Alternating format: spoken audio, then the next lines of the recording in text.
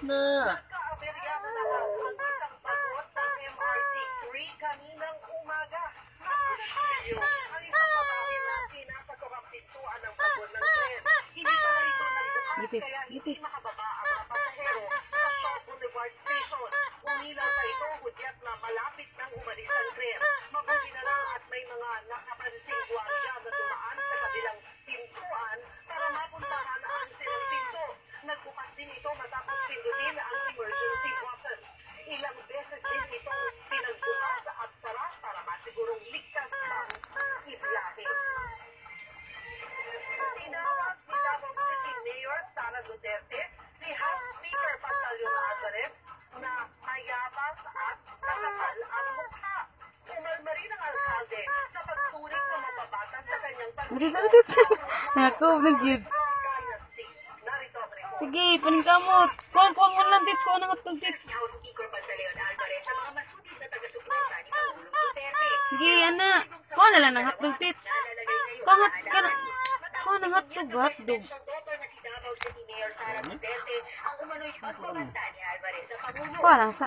Sa kanyang post sa Instagram, ikinuwento ni Sara ang Sige. pagbubukas ng pambabatas na kaya niyang ipalitik ng Pangulo kahit kailan niya gusto. Dapat Kapit daw na, ay dali. magsabi ng katotohanan sa Pangulo. Sikat. Sa panang alkalde, Tindak huwag yun. na si Alvarez sa Davao. Ah. Kaya Kuha na. inalaman niya ang Sige. pagkakas sa kanya ng Paningkamot, aso ana. sa taga- Sige. Sige. Malinaw kung kailan at saan Kira sila yun. si Alvarez ang matinukoy ng anak ng Pangulo. Sa isang Tarong og ko bibilab. Ay, pag tinapol. Sige. nagtitim siya ng mga ganong salita. Bago ang mga tirada ni Sige. Mayor Sara, nagtatag siya ng sariling partido na kung Ah, kabibigod. ang reaksyon ni Alvarez Ah. sa mga politiko. Timing nga, 4 months old man nga. Magkulob na dayon. Ay, ate, ay, bilab, ah. Sige. Sige, birahi. Sige. Sige. Tarong. Hindi tayo nagkakasundo. Magkapatid, naglalaban. Saan na balik? Paano natin pigilin yun? Sila mismo nagkakapataan, di ba? So, Sige. ito nga sa kaso, nung Gamutit pagtatak siya. ng partido ni Mayor Sara, talaga Siya lang para makabawas siya. pwede yun. Di ba? So, Dali. ika lang na O, tingnan mo, duwa ang kids. Sabi ni Sara, hindi pinuso ng political dynasty ang kanyang Sige, that is pangulo. good. May mas party daw ito ng kanyang ama. Tingin na bilang taga-oposisyon ko si Greg Solda ang partido ng alkalde kapag hindi nagtagumpay ang charter change na sinusulong ni Alvarez. itong move ni Mayor Sara Lubog mo iyang kuan.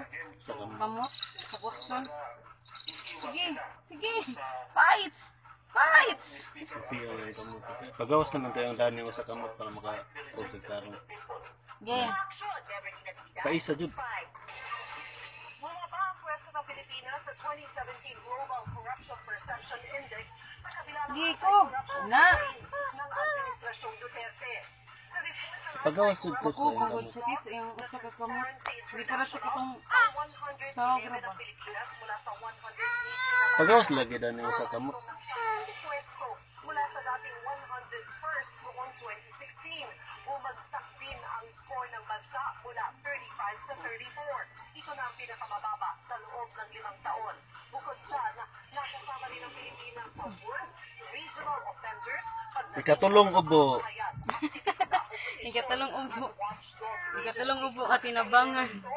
Ops, may go na yung mga ulo dira. Dito tali. I-off na natin. Press freedom.